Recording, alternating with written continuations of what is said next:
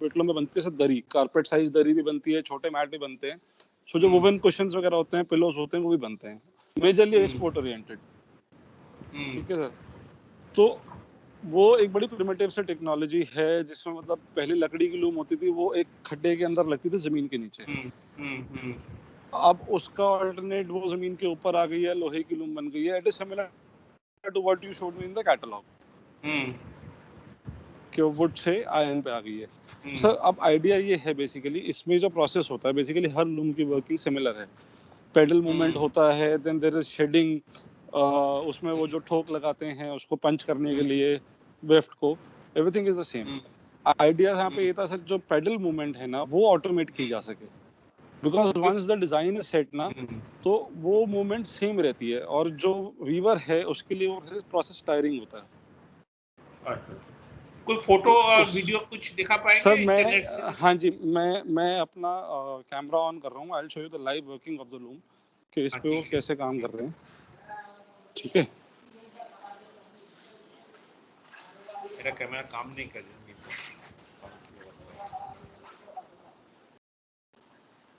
I am not sure ये camera उस तरफ कैसे होगा। हाँ, I hope you are able to see loom. तो सर ये बेसिकली लूम होता है। ठीक है, अब इससे वो शेडिंग का प्रोसेस होता है। बेसिकली हम इसको देसी भाषा में रच कहते हैं। इससे वो शेडिंग का प्रोसेस होता है। तो ये शटल से ये वेफ्ट इसके अंदर डाल रहे हैं, वाप के अंदर पंच करके, ये इसकी रीडिंग है। सर अब ये तो है बेसिक डिजाइन, ये 2 पैडल होते हैं। ये बड़ा डिजाइन है तो 2 वीवर्स कर रहे हैं, इनके नीचे पैडल्स बंधे हैं जिससे वो ऊपर, जिसको मैं रच कह रहा था, वो ऊपर नीचे होता है। ये तो साड़ी वगैरह के लिए भी ऐसी होती होगी ना सर? ऑलमोस्ट सभी की सिमिलर वर्किंग है with few changes. Few changes का मतलब ये है कि किसी में मोटा धागा चल पाता है, किसी में नहीं चल पाता। ओके। तो ये इसमें सर इसका बेसिक प्रोसेस है। अब इस पेडल से क्या होता है, इस पेडल की मूवमेंट से मतलब जितने ज्यादा पेडल होते हैं ना, उतनी ज्यादा ऊपर ये रच बनानी पड़ती है हमें। ये जो है ये हमें उतनी ज्यादा बनानी पड़ती है, और ये नीचे से बंधी हुई है। इसकी मूवमेंट से हमारा डिजाइन सेट होता है। तो अब एक बार डिजाइन सा सेट हो गया ना, उसके बाद ये मूवमेंट फिक्स हो जाता है। मतलब उसके बाद कुछ उसमें बार बार एक ही मूवमेंट को हमें चलाना पड़ता है। तो इसको हम किसी तरीके ऑटोमेट कर सकें सर, वो एक आइडिया था। तो मेरा तो जितने तक नॉलेज है, एक्चुअली हमारे आईआईटी में टेक्सटाइल डिपार्टमेंट है, उसमें ये सब का जो टेक्सटाइल रिलेटेड एक्सपर्टीज सारे बैठे हुए हैं। हम तो मैकेनिकल डिजाइन वगैरह कर देते हैं। तो मेरा जितना तक नॉलेज है, शायद किसी ने, आई एम श्योर इसका ऑटोमेशन तो जरूर होगा कोई ना कोई जगह पे। Sir actually the thing is कि मैं पानीपत में हूँ, ये टेक्सटाइल सिटी ही है, यहाँ पर ये बहुत ज्यादा काम होता है, बहुत लोगों के पास पिट्टूम्स हैं। ठीक है, तो there is a company which claims के हमने इसका ऑल्टरनेट बना दिया। अब ऑल्टरनेट को फुली ऑटोमेटेड कहते हैं कि this is a fully automated machine जो आपका पिटलों का काम करती है। But the fact here is कि वो चीज़ अचीव होती नहीं है सर। आप बिल्कुल टेस्ट कंडीशंस में अगर कोई चीज़ चलाओ और उसकी आप बोलो कि प्रोडक्शन में सेम चीज़ आए, वो नहीं आती सर। पतले यार्न्स में जैसे पावर लूम है सर, पावर लूम पे भी दरी बनती है, बट बहुत पतली बनती है। So when it comes to thicker counts of yarn ना, वहाँ पर ये चीज़ अचीव नहीं होती। अच्छा, हाँ। तो ये जो आप ऑटोमेटिक का बोल रहे हैं, वो कितने में बेचता है उन लोग? Sir I will have to ask about the price, I am not very sure, क्योंकि साइज डिपेंडेंट है वो। मैं हाँ जी। तो आप कह रहे हो वो ऑटोमेटिक मशीन जो मार्केट में अवेलेबल है, वो आपका काम का नहीं है? सर वो तो क्लेम करते हैं, बट आई हैव सीन कि अभी तक जैसे जहाँ पर इंस्टॉल हुई है कपल ऑफ प्लेसेस, जो मुझे पता है वहाँ पर वो रिजल्ट्स नहीं आ रहे हैं। क्या होता है, पतली दरी तो बन जाती है, पतली दरी तो सर पावर लूम पे बनती थी। Then there was some kind of shuttleless looms जो भी बहुत पुरानी एग्जिस्ट कर रही हैं, उन पे भी बनती है सर पतली दरी तो। बट जब थिकनेस की बात आती है या जब लूप की बात आती है, तब यही लूम काम आती है। तो इसमें देखो, कोई भी चीज आप नया शुरू करोगे तो उसमें टाइम भी लगेगा, खर्चा भी लगेगा, राइट? हाँ जी सर। तो जैसा आप लूम का जो भी हमने ब्रोशर आपको भेजा है, वो भी तो सिंपल कोई ऑटोमेटिक था ही नहीं। उसमें तो सिर्फ स्टैटिक स्ट्रक्चर ही था, और कारपेट लूम जो सिर्फ ऊपर में बीम है, नीचे बीम है, और थोड़ा सा टाइटनिंग करने के लिए थोड़ा सा एक गियर बॉक्स हमने लगाया। तो वो राइट भी राइट देखो ऑलमोस्ट 3 साल तो हमने मेहनत हमारा इधर से किया है, उधर से IICT भदोही भी पार्टनर थे हमारा, तो ओके वो भी कारपेट को जब हम बनाते थे फिर उसको ले जाते थे, फिर उसको टेस्टिंग करते थे, बट देन फाइनली उतना सक्सेसफुल नहीं रहा बिकॉज कि जो पार्टी हमारे साथ कोलैबोरेट कर रहे थे उन्होंने क्या किया, उन्होंने फिर तीसरा डिज़ाइन बनाना चाहते थे। एक तो आपका ओके वुडन लूम था, फिर वुडन लूम को मेटल में कन्वर्ट हुआ, जहाँ जहाँ हाँ पे जी दिक्कत थी वो दिक्कत को हमने सुधारा।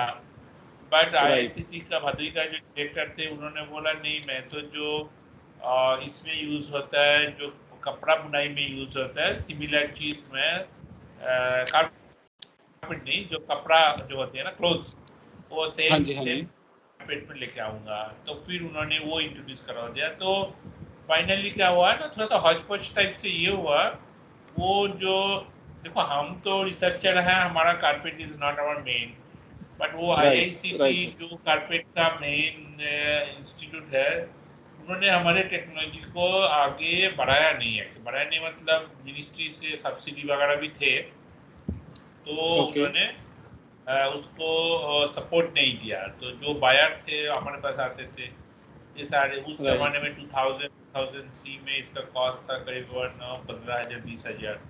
तो बोलते सर राइट हम राइट इतना खर्चा नहीं करेंगे।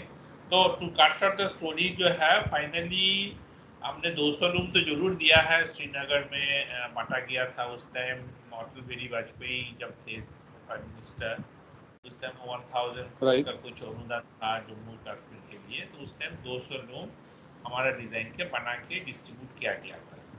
उसके राइट बाद क्या है, कश्मीर का कोई इंस्टीट्यूट है उसका कॉपी मारा, तो करते करते अंदर में जो भी टेक्नोलॉजी फैल गया, बट हमारे पास उतना नॉलेज नहीं है। आप अभी जो राइट कह रहे हो, जो जहाँ पे थोड़ा सा ऑटोमेशन का जरूरत है, हम लेने के लिए तो ले सकते हैं, बट सिंस हमारा जॉब जो है कंपनी तो नहीं है जब फुल टाइम हम इसको डिजाइन में लगे रहेंगे। हम जो IITs में हम जितने भी प्रोजेक्ट करते हैं, तो हमारा जो भी थोड़ी बहुत टाइम बचता है अपना पढ़ाना बच्चे को बाकी काम करने के बाद, तो इस like for us it's a part time thing. But कोई कंपनी जैसा है, जैसा आपका इच्छा है कि नहीं आप इसको ऑटोमेशन करके छोड़ोगे, और आप जो है सपोज 2-4 बंदा सपोज आपको पास जाके रेगुलर कांटेक्ट करके और हमसे कांटेक्ट करके खुद को काम का आगे बढ़ा पाते होंगे, उसमें तो प्रोजेक्ट वगैरह बना के हम दे सकते हैं। But question would be who will give the funding. आप पूरा खर्चा लेके बियर करना चाहोगे, बिकॉज IIT का खर्चा इतना सस्ता नहीं है। जो भी मैं कुछ भी पैसा चार्ज भी ना करें एक्चुअली, बट जो कैलकुलेशन करेंगे, डिज़ाइन करेंगे, आपके पास जाके डेटा लेके आएंगे, देखेंगे, ड्राइंग बनाएंगे, फिर बाहर से मैन्युफैक्चरिंग करवाएंगे। तो कोई भी एक इंजीनियर का मैं हायर करूँ IIT का हिसाब से 35 से 40,000 के नीचे मैं दे नहीं पाऊंगा में। ओके तो ओके 2 बंदा को आप हायर करोगे तो यहाँ पे 70,000 to 1 लाख पर मंथ तो आपका मैन पावर का खर्चा हो गया। नाउ पर आप मंथ बोलो, है ना, तो अभी जो है ये मैन पावर कितने दिन के लिए होगी, दैट विल डिपेंड। डिज़ाइन होगी, डिज़ाइन के बाद उसका फैब्रिकेशन होगी, फिर टेस्टिंग होगी। तो 2-4 जो है आपका जो है प्रोटोटाइप आगे बना के लेके चलना पड़ेगा। एक आप बनाओगे वो ठीक ठाक नहीं काम करेगा, फिर दूसरा बनाओगे that will be little better, maybe third to fourth one will be the good one. तो एक ओके बनाने में सपोज करो आई डोंट नो कितना खर्चा आते होंगे, फिर लोग ऑटोमेटिक करेंगे तो सपोज 2-4 लाख रुपये भी खर्चे होंगे पर प्रोटोटाइप। तो 3 प्रोटोटाइप भी टारगेट करेंगे तो ये आपका हो गया 10 लाख रुपया। अभी 1 साल के लिए प्रोजेक्ट लेंगे तो हमारा स्टाफ के लिए भी हो गया 12 लाख, मतलब 12-10-22 हो गया। अभी IIT बोलेगा इसके ऊपर 20% हमको ओवरहेड्स चार्ज करते हैं, बिकॉज बंदा IIT में बैठेगा, IIT का कंप्यूटर यूज़ करेगा, IIT का AC यूज़ करेगा ना, तो 20% लगा के आप चलोगे तो ऑलमोस्ट 25 लाख to 30 लाख का खर्चा आ गया एक्चुअली 1 साल के लिए। इफ यू से दैट हाँ मैं इसमें तैयार हूँ देने के लिए, तो एक ओके बात तो तुरंत आगे बढ़ जाएगा फटाफट, विद इन 1 or 2 months ये प्लानिंग वगैरह करके काम भी शुरू हो जाएगा। राइट। ओके ना इसका ओके सक्सेस कौन गारंटी करेगा?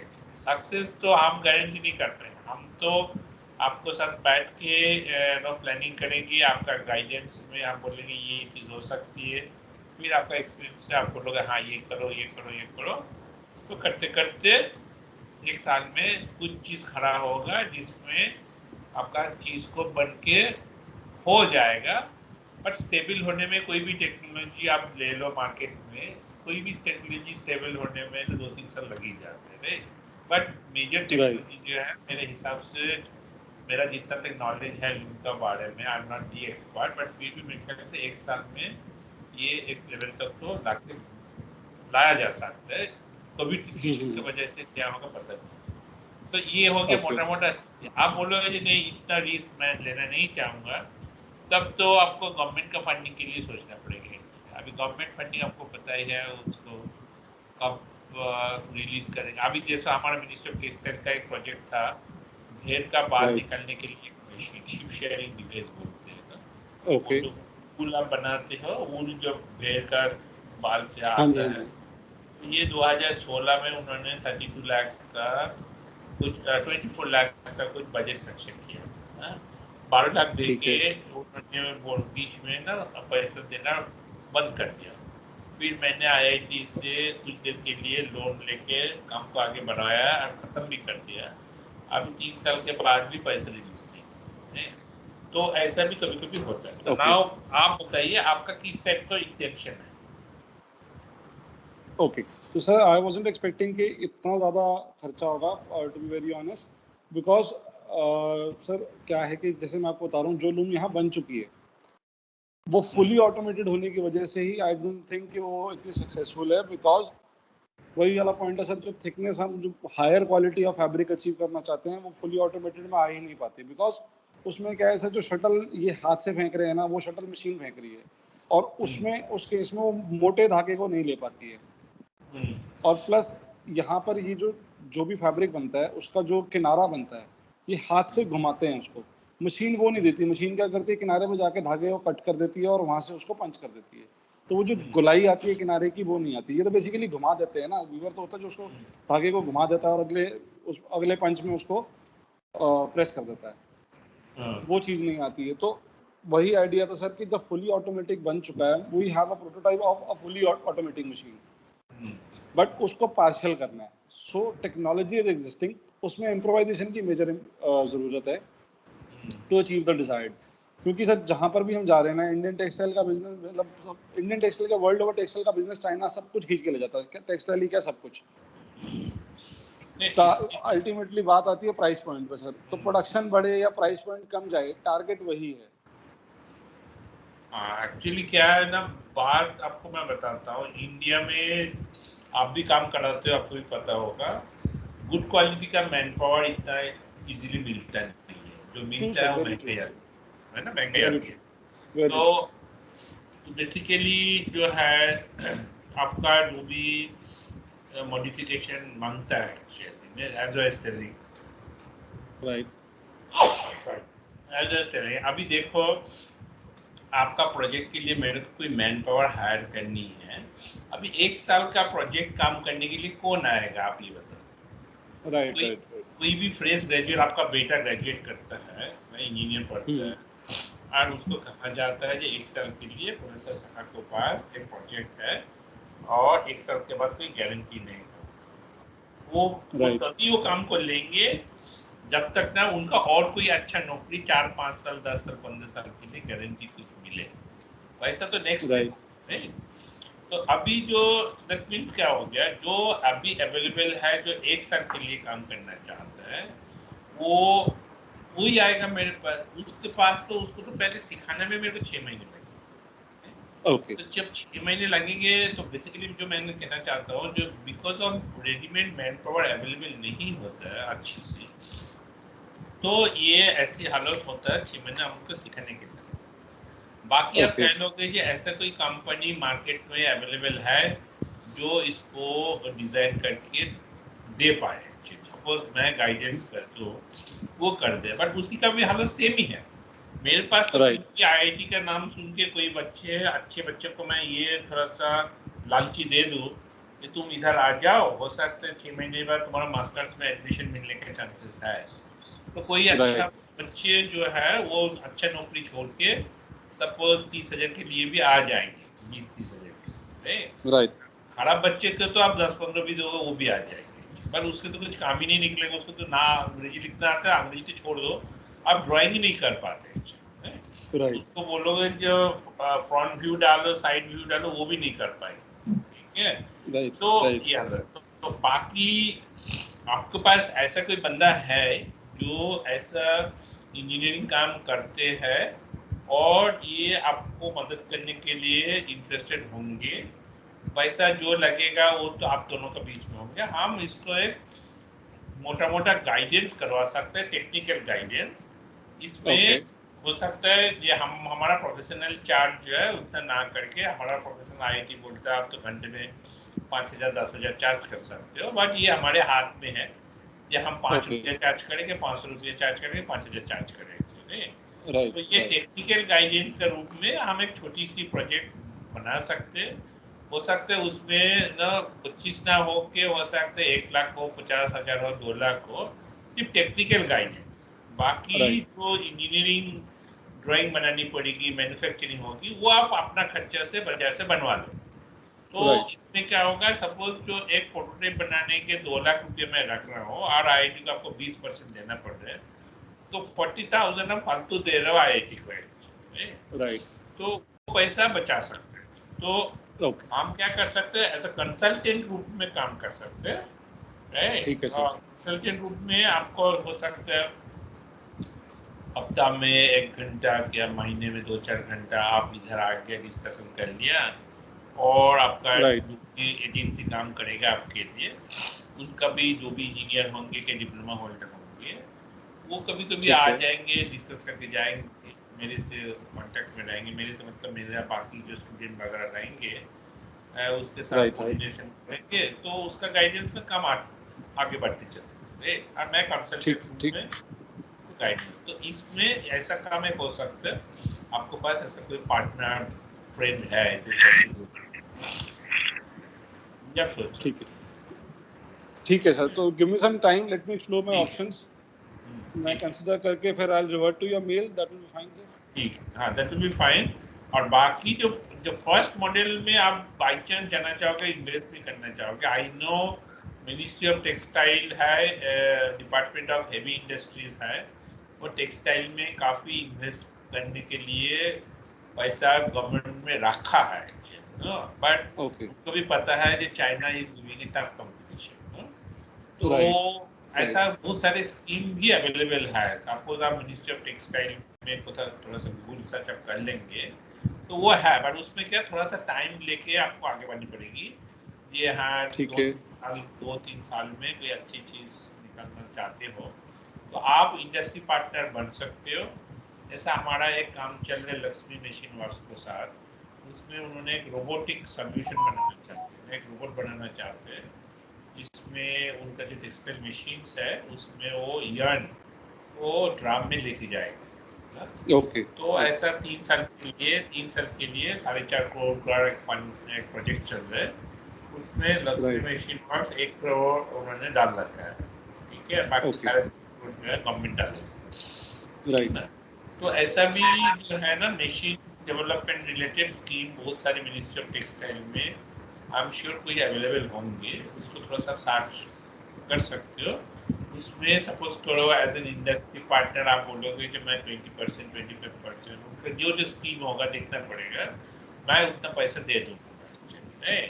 तो देने के बाद टेक्नोलॉजी डेवलपमेंट होने के बाद आपका फर्स्ट राइट दिया जाएगा या आप भी उसको कमर्शियलाइज कर सकते हो। ऐसा भी स्कीम वगैरह भी अवेलेबल है। तो ये 2-3 आप आइडिया देख सकते हो कैसे आप आगे बढ़ना चाहोगे, according two will help.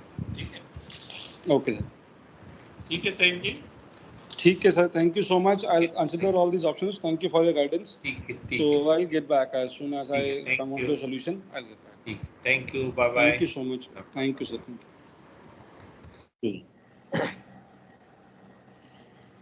you.